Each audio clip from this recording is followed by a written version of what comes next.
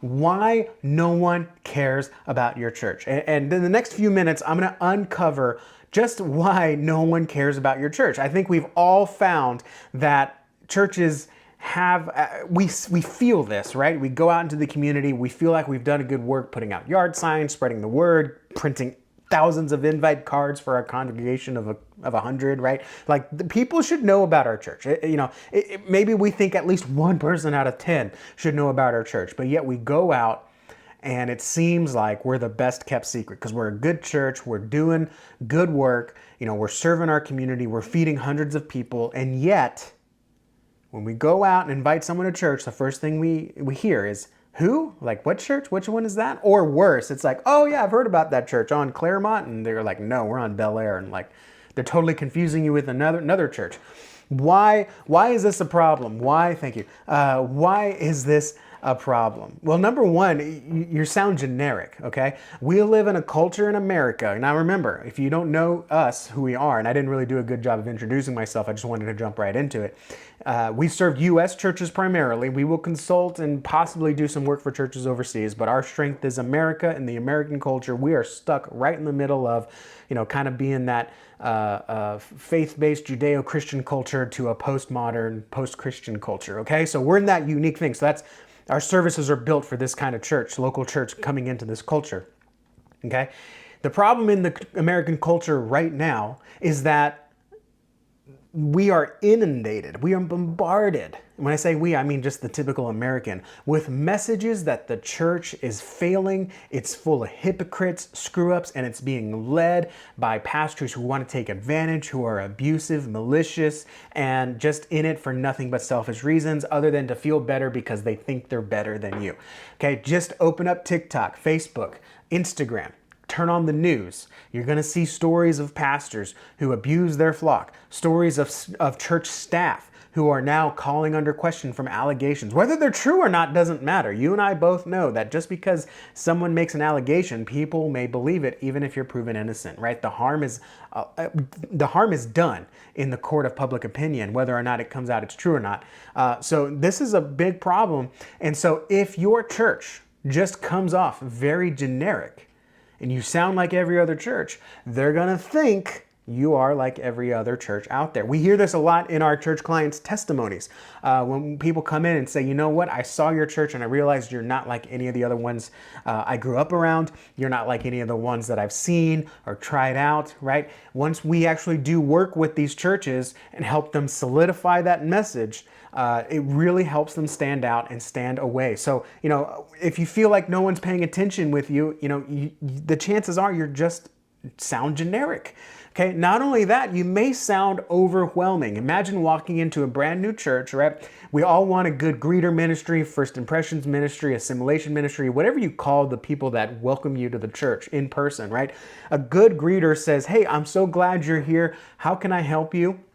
Right? And maybe sees you have little kids. Let me show you to what grade are you in, sweetheart? Third grade? Let me show you to the third grade classroom and let me show you to check in and help you check in. And hey, while you punch in all that information there, I'll stay right here and let me know when you're done. I'll walk you over to your class, introduce you to your teacher. Or maybe you come in and say, hey, welcome. Are you here for service? Let me show you to a seat that's open. And that way you can have, one of the best seats in the house that maybe you wouldn't be able to know it's the best seat in the house. Or maybe, hey, older folk comes in. Hey, let me show you to a seat that's not as loud as some of the other seats. And that way you can still hear yourself think, right? We want that as a visitor in church, right? Even though we may not say that, we say we just want to walk in, don't bother me, but it's less overwhelming if someone can bring us into the party, so to speak. Well, the same thing can be true in your message, right? I think this is where a lot of churches go wrong. We think if we just blast as much as we're doing out there, it'll pick up on something. What you end up doing is deafening someone, okay?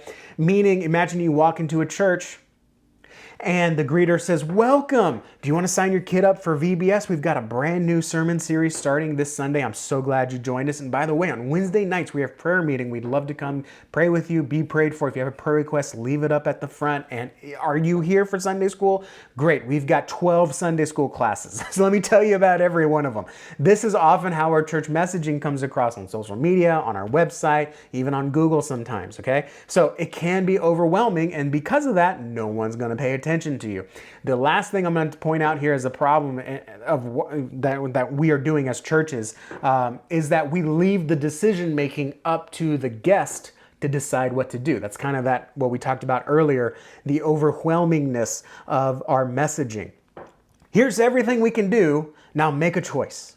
Okay? Again, the good greeter ministry is not going to say, hey, welcome. There's the restroom. There's the kids' room. There's the nursery. There's the what do you call it? Sanctuary, auditorium, whatever, worship center, whatever you call it.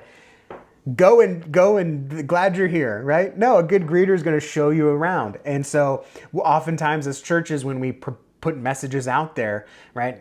And it can even be in your church, right? On Sunday morning, we say, go and go do something, right?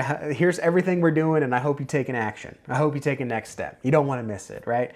And so that's a problem. We're leaving the decision up to the potential guest, and if you leave all these decisions up to someone to take one and you just overwhelm them, then they're not going to make any decision. So let me go into some steps that we can start to go ahead and fix this and start getting people to actually care about our church. We have to take control and craft a guest journey that brings people to take a next step. And we can do this online much like we do in person. For example, on a website.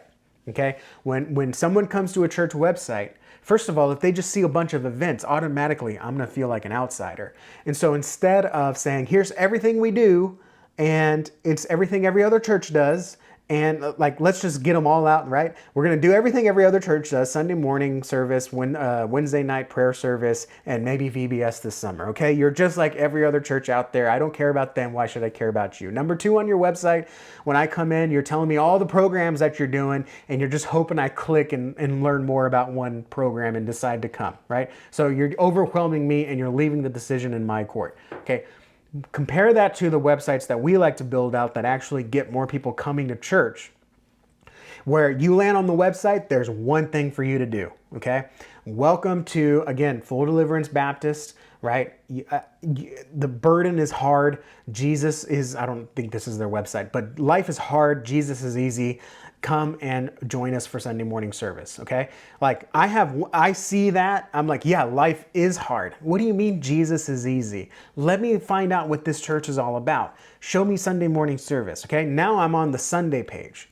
And on the Sunday page, they say, hey, preview a service here, right? Watch what that looks like. I click on and watch that video. I see a church unlike any other church I've seen. Pastor Victor preaches in a way that I've never seen. He actually is excited about the words he's talking about. People are coming up to the front. What are they coming up to the front to do, right? There is something there that is guiding me, right? So even though all the events of the church, the crusades they do, the ministries they have, all that stuff is on the website, when I first land on there as a potential guest, I'm guided in a journey to learn more about the church and eventually show up on Sunday morning. This is how we took them from 3 guests as of April of 22 to now 30 a month. Pastor told me again, 30 last month, okay? And we talked last week. So this is steps that we do to get them to take action. Just one thing is all you need on your website, okay? When they land on your website, don't bombard them with information.